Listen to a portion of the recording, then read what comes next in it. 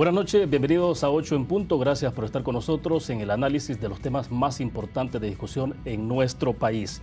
Esta noche con nuestro invitado conversaremos de dos temas centrales que están colocados en la agenda del debate público. Hablaremos de la decisión del presidente de la República, Nayib Bukele, de buscar la candidatura presidencial para las elecciones de 2024, del debate constitucional de la decisión, de las implicaciones jurídicas, pero también políticas, de las reacciones a nivel internacional y de quienes piden que el caso sea discutido incluso a nivel de la Organización de Estados Americanos. Un segundo tema tiene que ver con el proceso de discusión y divulgación de las reformas constitucionales a través de una comisión ad hoc. Esto es 8 en punto.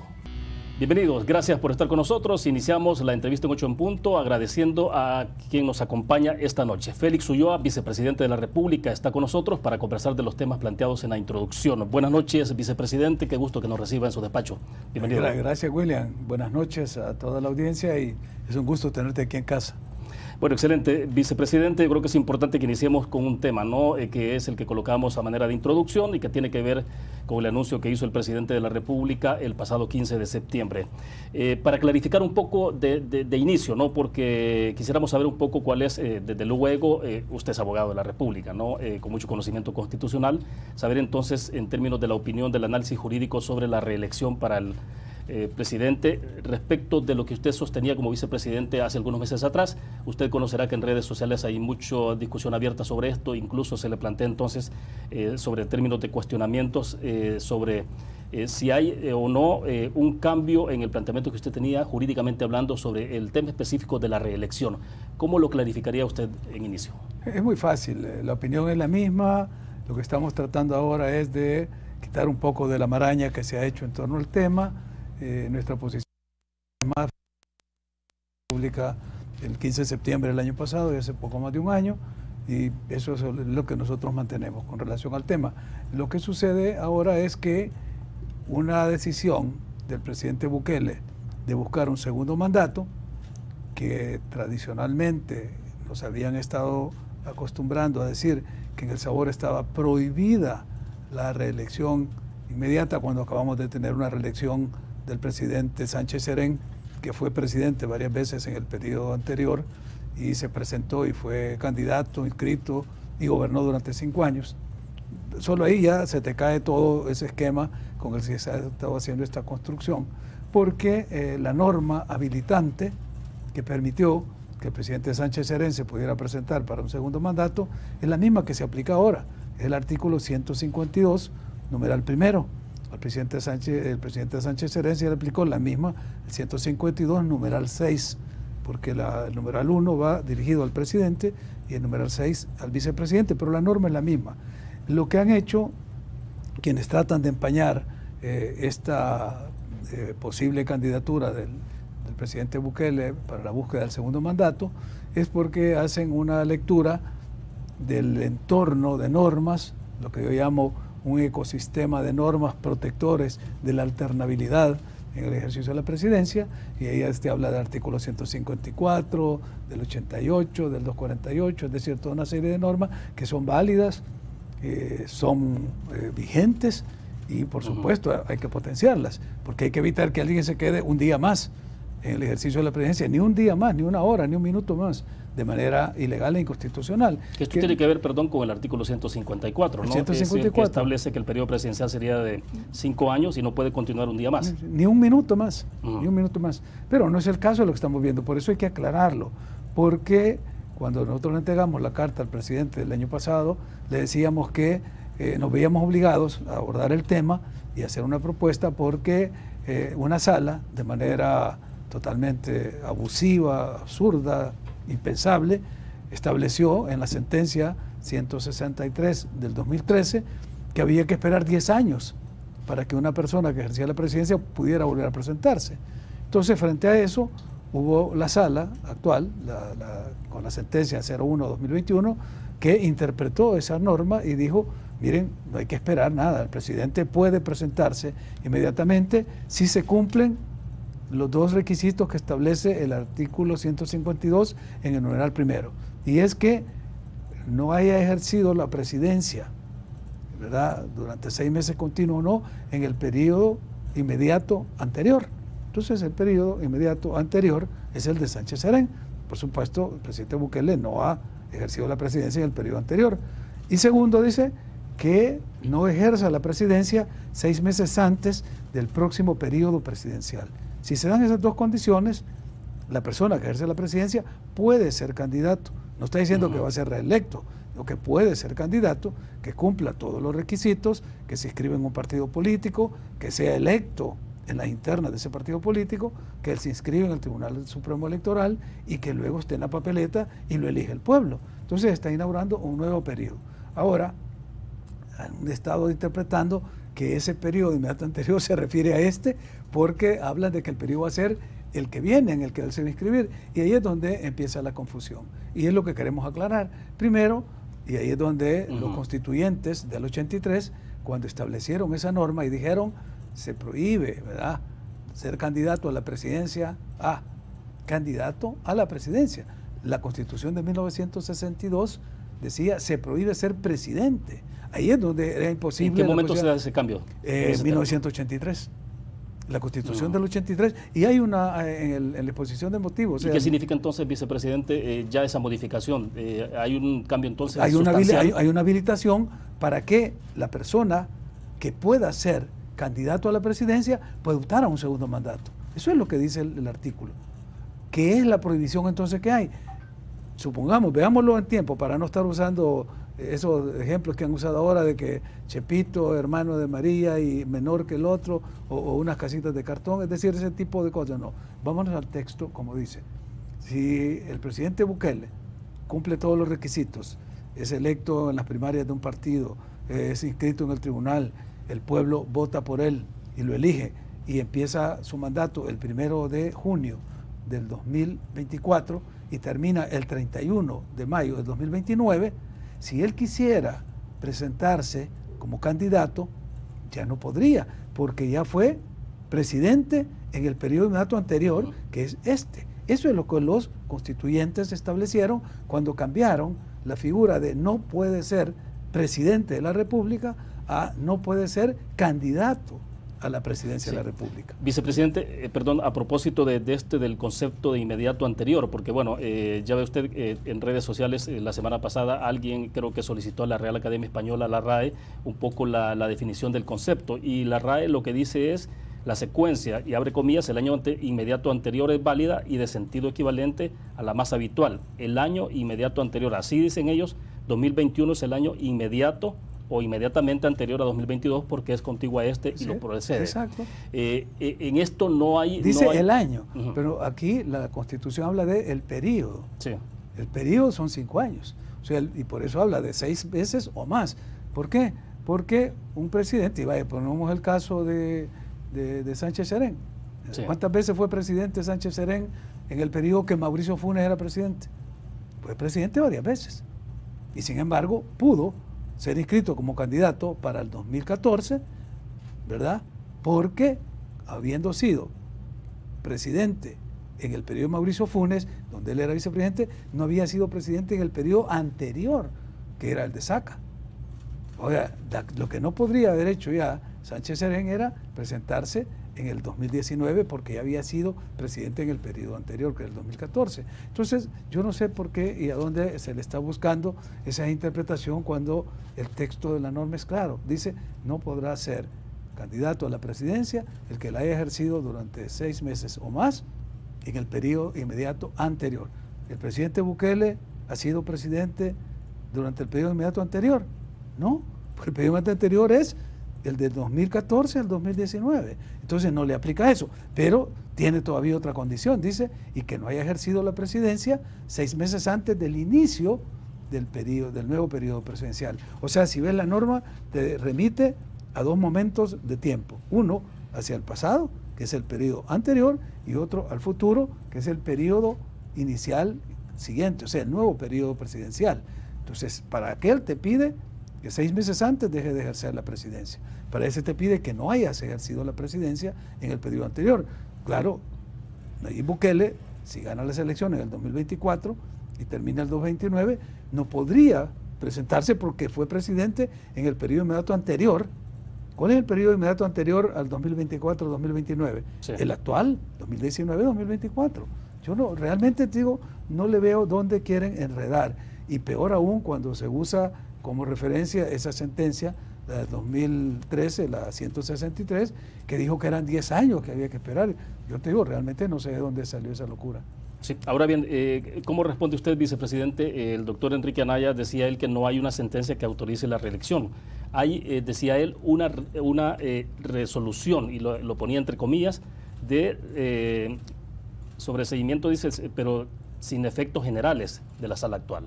Es lo que él dice, pero este muchacho, bueno, ese es como, no sé de cuántas demandas que ha presentado, que le dicen que sea un poco más serio en el ejercicio de la jurisdicción constitucional, porque él lo que mandó en una demanda que presentó contra una candidata a diputada eran unas capturas de pantalla, unos recortes de periódico, unas fotocopias.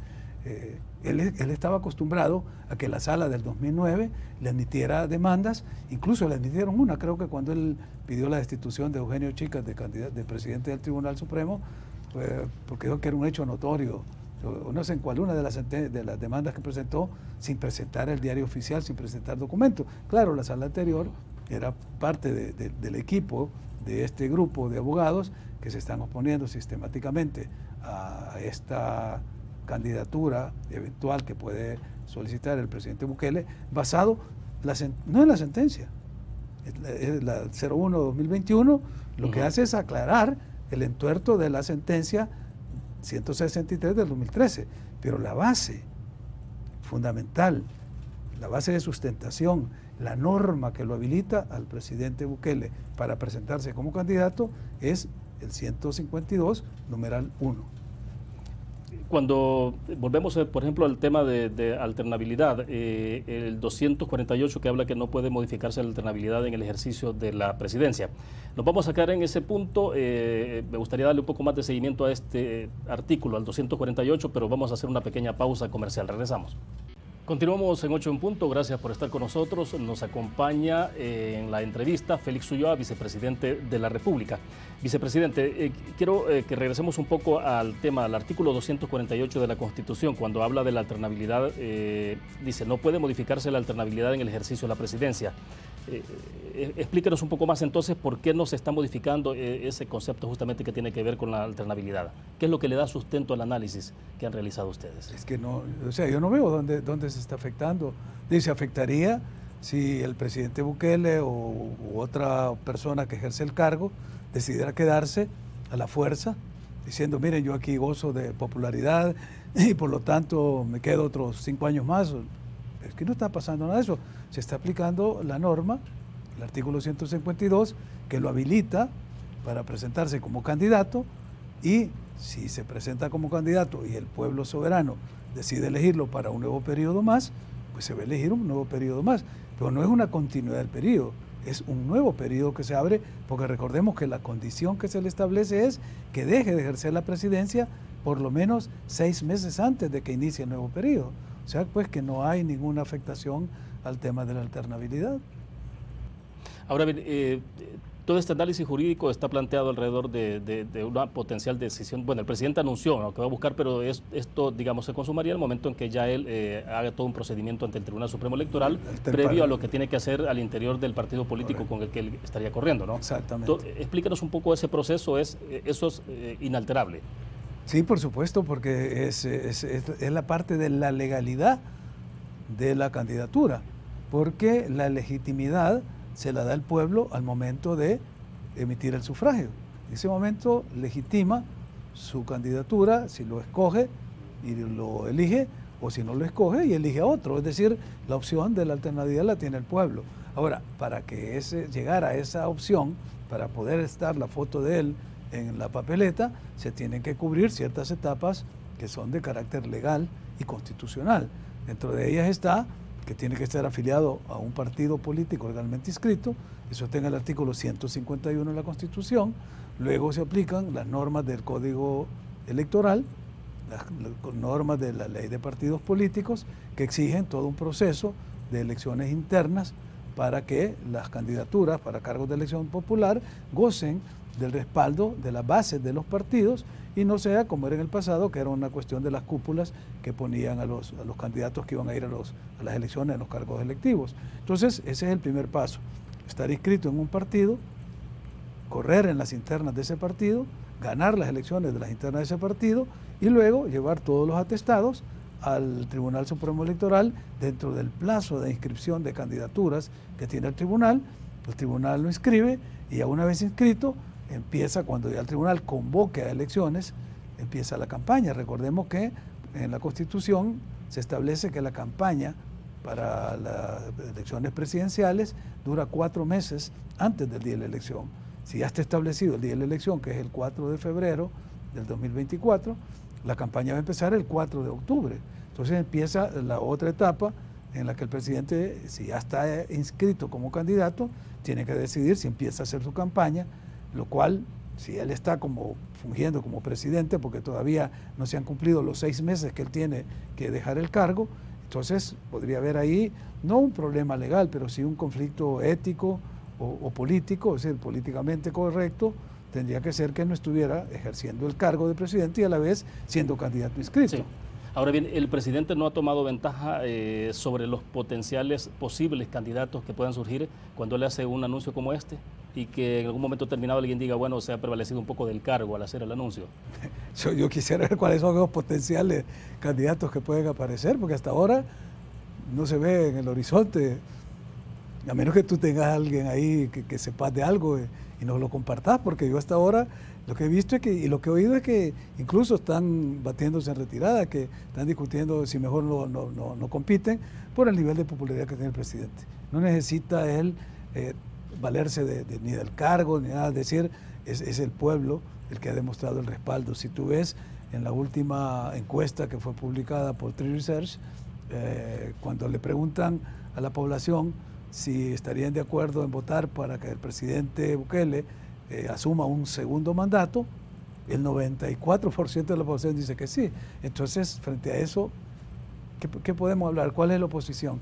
Si de hecho la oposición no existe. Si tú ves en tus programas, tú invitas a gente de las ONGs vinculadas al frente. Ahí tuviste ¿cómo se llama?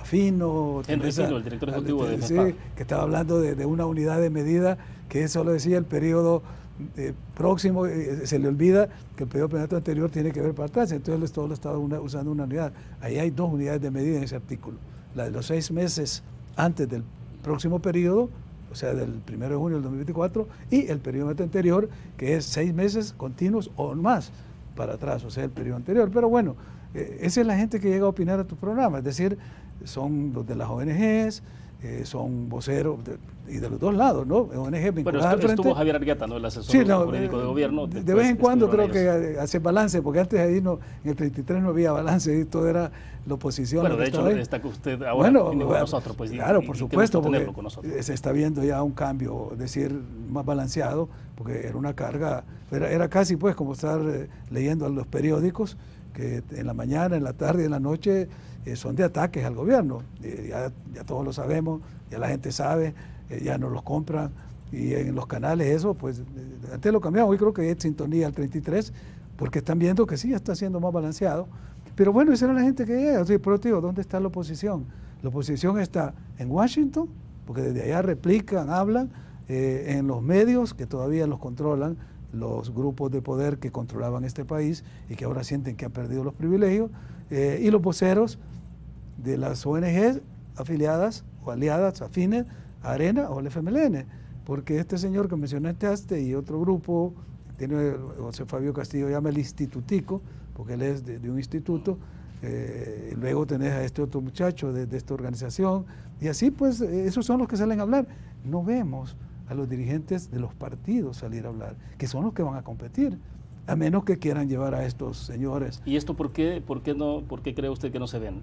¿Porque están anulados, porque no tienen que ofrecer, o por qué? Porque no tienen ninguna posibilidad de aceptación en la población, porque los balances que tenemos son totalmente negativos.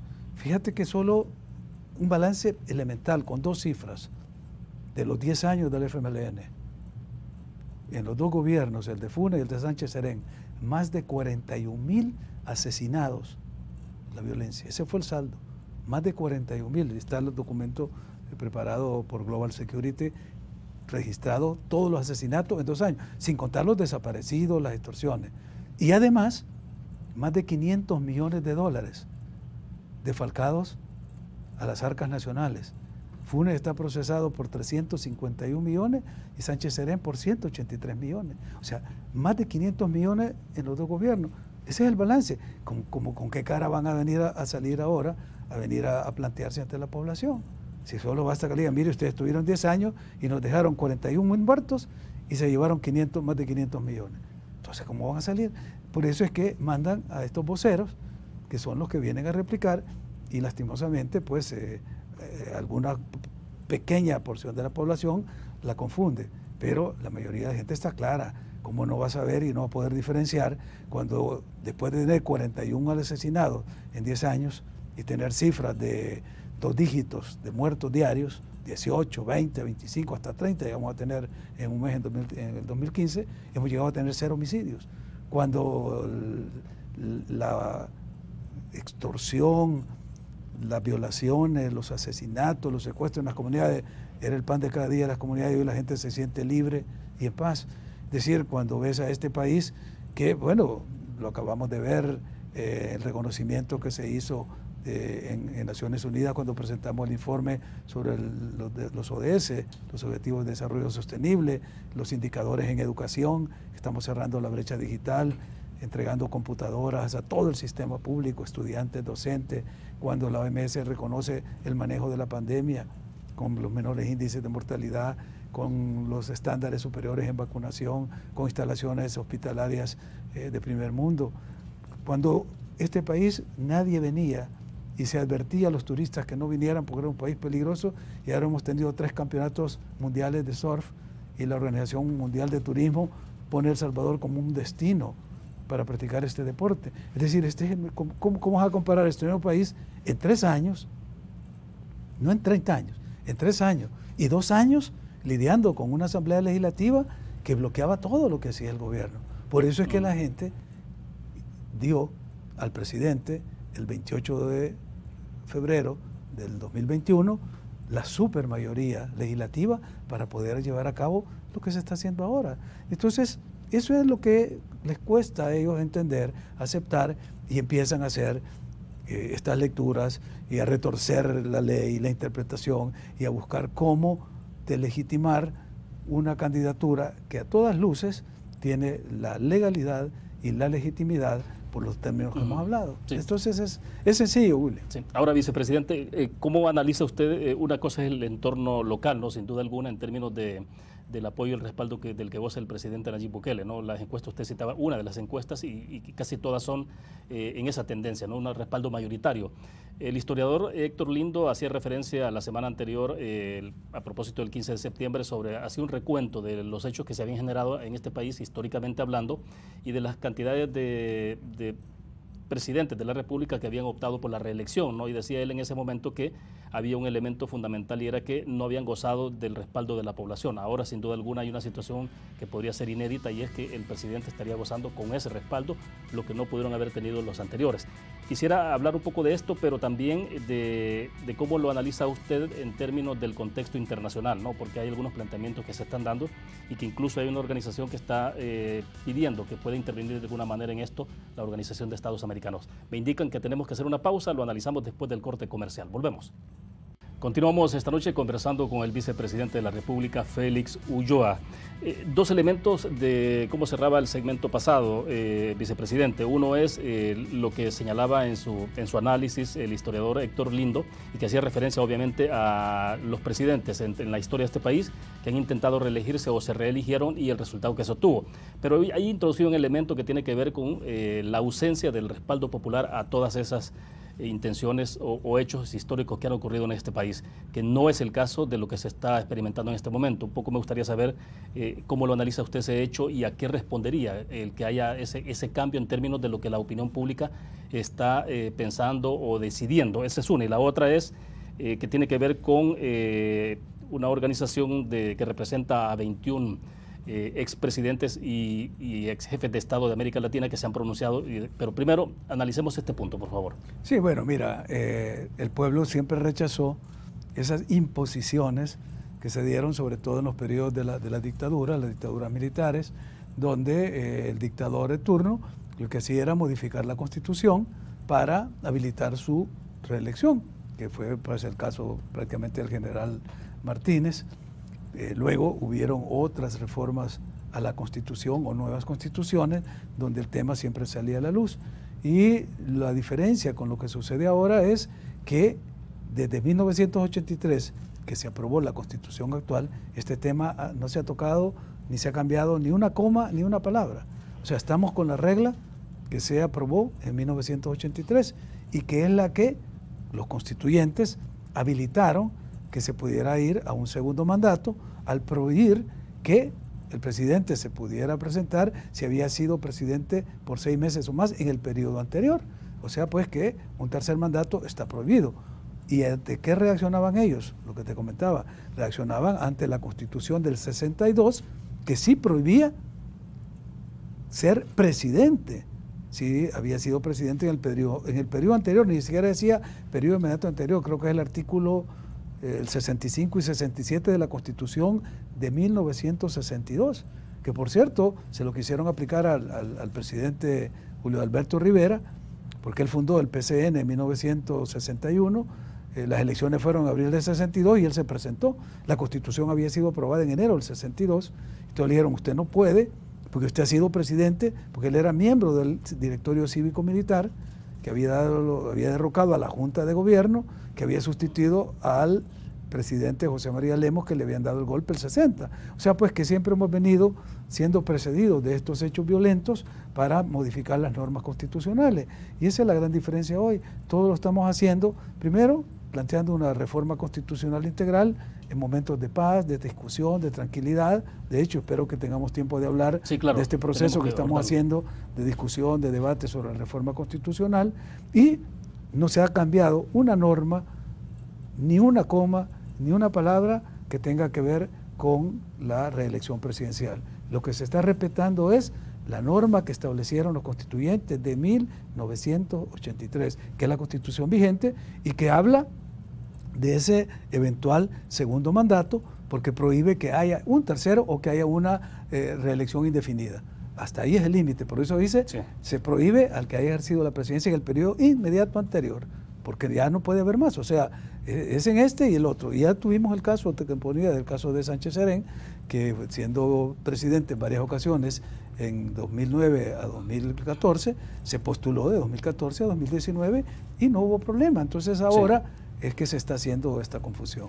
Sobre el otro tema, no sé, yo medio vi ahí algunos que te digo sería, y es muy feo hablar de jefes de Estado, pero hay que identificarlos, hay que ver quiénes firman ahí. Uno de ellos quería que su esposa fuera la siguiente presidente de México, es decir, imponer en México, que esto es sagrado, esta candidatura. El otro, que gobernó México producto del más grande fraude electoral en el 2006, que paralizó la Ciudad de México e hizo que el ahora presidente Andrés Manuel López Obrador, a quien le hicieron el fraude en el 2006, creara el gobierno legítimo, en el cual un gran amigo nuestro, Gustavo Villegas, fue el canciller, aceptó ser canciller del gobierno. Pero lo más patético y que me llama la atención es el caso de Óscar Arias, porque Óscar Arias se había presentado como el paladín de la democracia y fue él el que inauguró todo este proceso de usar las cortes constitucionales, en este caso la Sala Cuarta de Costa Rica, para que lo habilitara a presentarse de nuevo como candidato presidencial, y que prácticamente copió Daniel Ortega en Nicaragua. No lo podía hacer. Estaba prohibido en Costa Rica. Entonces, Óscar Arias manipuló, logró la sentencia de la Sala Cuarta y la usó después Ortega y después la usó Juan Orlando en Honduras. Es decir, usar las salas constitucionales o los tribunales constitucionales para eso. Pero viniendo de él ya no extraña, porque él se auto promocionó para que le dieran el Premio Nobel de la Paz y habló del plan Arias, de paz en Centroamérica, cuando todo eso había sido obra del presidente Vinicio Cerezo.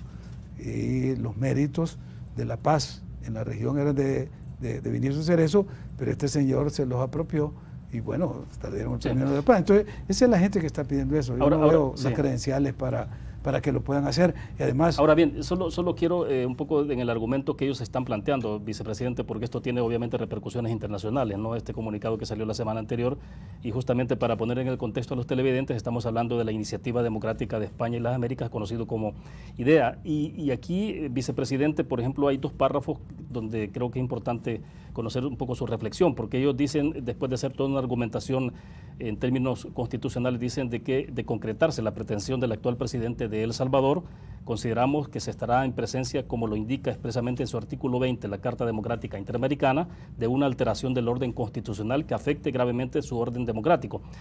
A renglón seguido, ya para cerrar este comunicado, ya están diciendo de que instan al secretario general de la OEA y al Consejo Permanente para que, sobre un análisis urgente, dicen ellos, de la cuestión, dispongan lo necesario para promover la normalización de la institucionalidad democrática en El Salvador. Claro, esto ha tenido repercusiones a nivel latinoamericano. ¿Cómo entender esto en términos de la argumentación, vicepresidente? Repercusiones no he tenido, William. Repercusiones le pueden dar si en programas como los tuyos empiezan a promoverlo y a hablar de eso. Pero la relevancia que puede tener eso, por eso te digo, veamos quiénes lo suscriben. ¿Qué relevancia pueden tener ellos en México? Por ejemplo, estos dos expresidentes del PAN, o este señor en Costa Rica, o Aznar en España. Es decir, son como dice el dicho, Dios los cría y ellos se juntan. Es decir, si tú haces el análisis en el espectro ideológico internacional de quiénes son estos caballeros, pues vas a ver que están en esa lista de exmandatarios que pasaron sus mandatos bajo esas circunstancias. Ese señor Fox, que quería que su esposa fuera la que le sucediera en México como presidenta, o el otro señor Calderón, el Chapelle, que ganó las elecciones por un margen de menos del 0.25%, que fue exactamente el número de casillas donde se alteraron los resultados en México y que generó las protestas más grandes que ha visto la Ciudad de México, paralizado. Habían campamentos en Reforma durante más de 15 días. O sea, ¿dónde están las credenciales democráticas de estos señores para venir a hablar en esos términos? Yo, con el disculpa y el perdón, sobre todo de sus estados y sus gobiernos, pero están opinando de cosas que no solo no conocen, no saben, sino que no les competen. Sí, ¿no teme que esto al final de cuentas termine haciendo eco a nivel de la OEA? En la OEA no creo que esta ONG pueda tener alguna influencia. Hay otras más importantes, el Club de Madrid, donde sí se agrupan ex jefes de Estado de todo el mundo y donde hay personalidades de calibre que pueden sentar una opinión.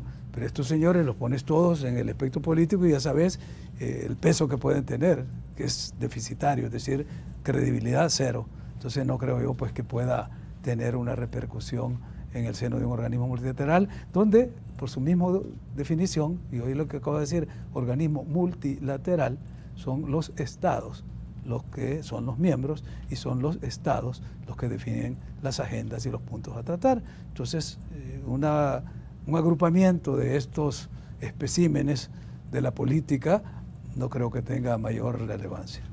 Bueno, excelente. Pasemos al otro tema que tiene que ver con el proceso de consultas que hay de divulgación de reformas a la Constitución. ¿En qué fase están en este momento y cómo están avanzando en términos de desarrollo del calendario que han diseñado, vicepresidente?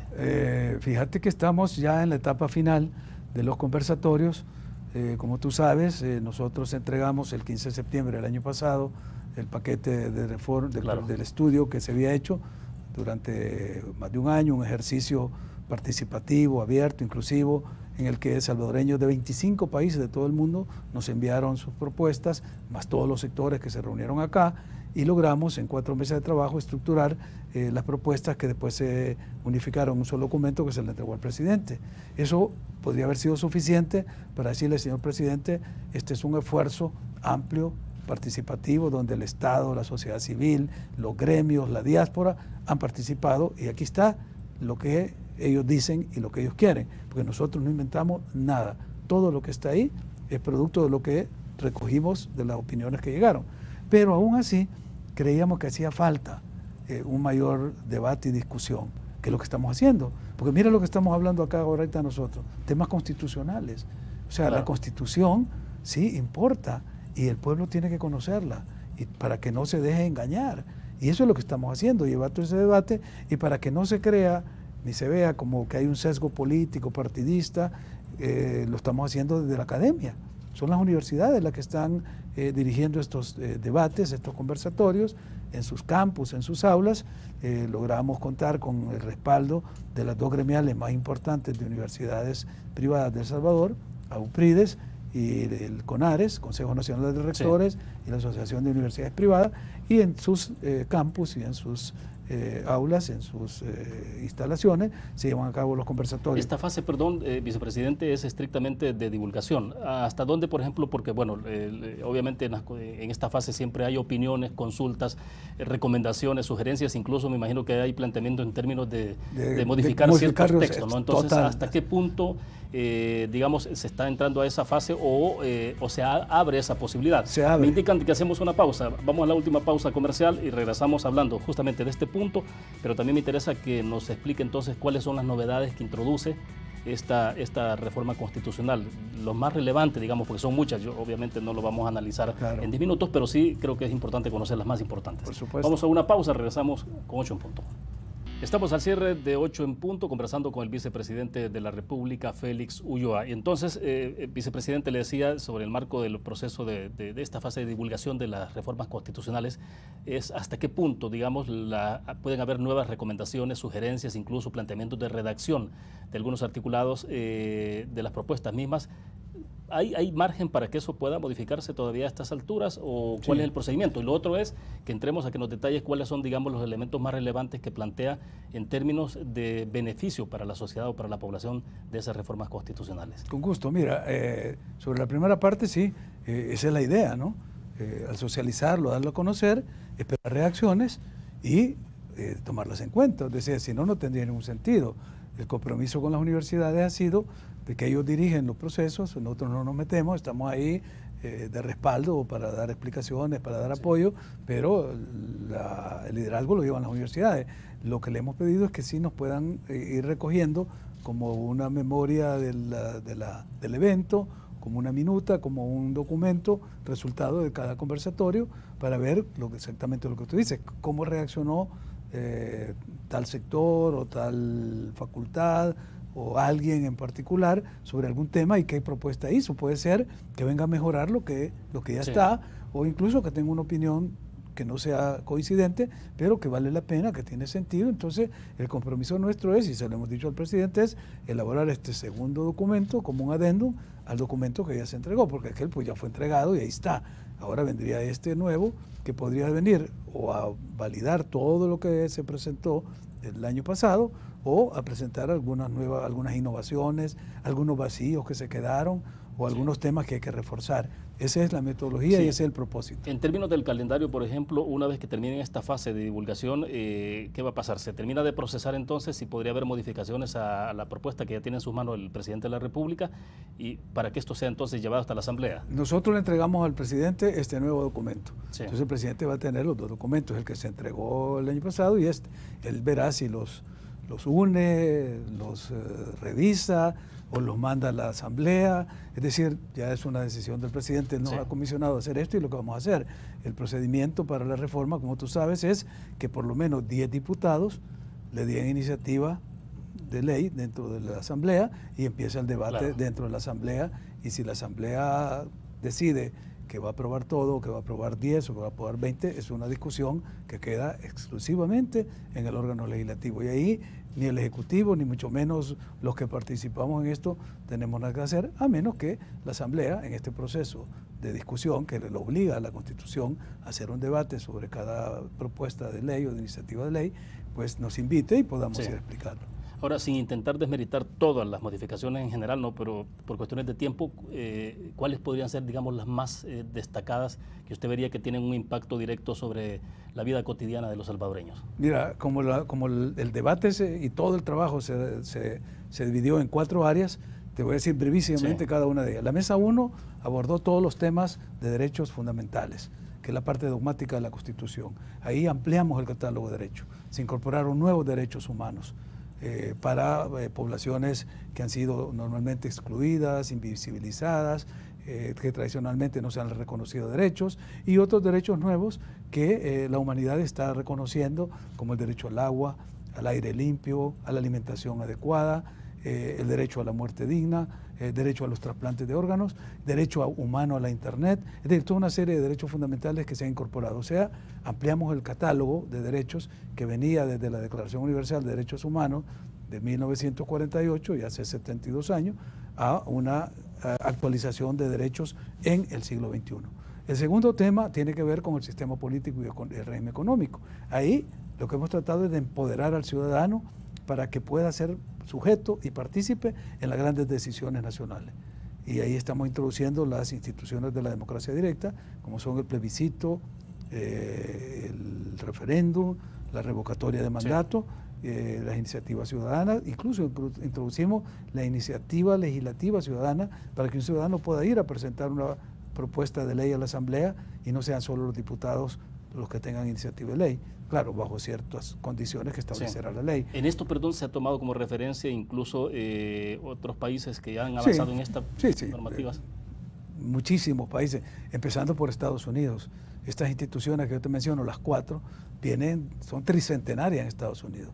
Por eso es que cuando empezaron a criticar que estábamos copiando el modelo de Chávez, el modelo del siglo XXI de introducir esta reforma, lo que demostraban de nuevo es ignorancia, porque estas instituciones vienen desde Massachusetts, de Filadelfia, de todos los procesos constitucionales de Estados Unidos, y el revocatorio de mandato, que es el que más se ha usado en algunos países, sobre todo en Venezuela, pues se usa en Estados Unidos. Acaba de haber se llama recall, en California se acaba de someter a un revocatorio de mandato el gobernador de California, pero está desde hace más de 3 siglos. Sí. Luego viene la tercera mesa, que trabajó toda la parte orgánica del Estado, o sea, la modernización del Estado. Y ahí creamos, bueno, primero una operación de cirugía mayor en el órgano judicial, separando las funciones estrictamente administrativas, que es lo que ocupa más a la Corte Suprema, al presidente, estar viendo temas de contratos, de vehículos, de cheques, y no administran la justicia. Entonces separamos la función administrativa de la función jurisdiccional. Eventualmente está fusionado, ¿no? O sea, ahorita es una sola, es decir... ¿Eso qué busca entonces? Darle más agilidad. Más agilidad a la aplicación de la justicia, que haya una pronta y cumplida justicia, porque los magistrados van a estar dedicados a administrar justicia y no a estar viendo la compra de gasolina, de los vehículos. ¿Se crea la figura de, qué sería, como Tribunal Constitucional? No, creamos el Tribunal Constitucional, pero fuera de la Corte Suprema. O sea, lo que está hoy, que es la sala, dentro de la Corte, total independiente, un Tribunal Constitucional, y creamos 2 salas más, o sea, la Corte tendría 5 salas. La de lo contencioso, que está vigente, de lo civil, la de lo penal, que son las que hoy crearíamos la sala electoral, porque también al tribunal le quitamos las funciones jurisdiccionales y dejamos simplemente un organismo que administra las elecciones, que sea eminentemente administrativo, y una sala a nivel de Corte Suprema de lo electoral, y una quinta que sería una sala de lo social, donde irían temas que tienen que ver con una instancia que estamos creando, que es un sistema de Contraloría Social para que el ciudadano pueda tener mayor defensa frente al Estado.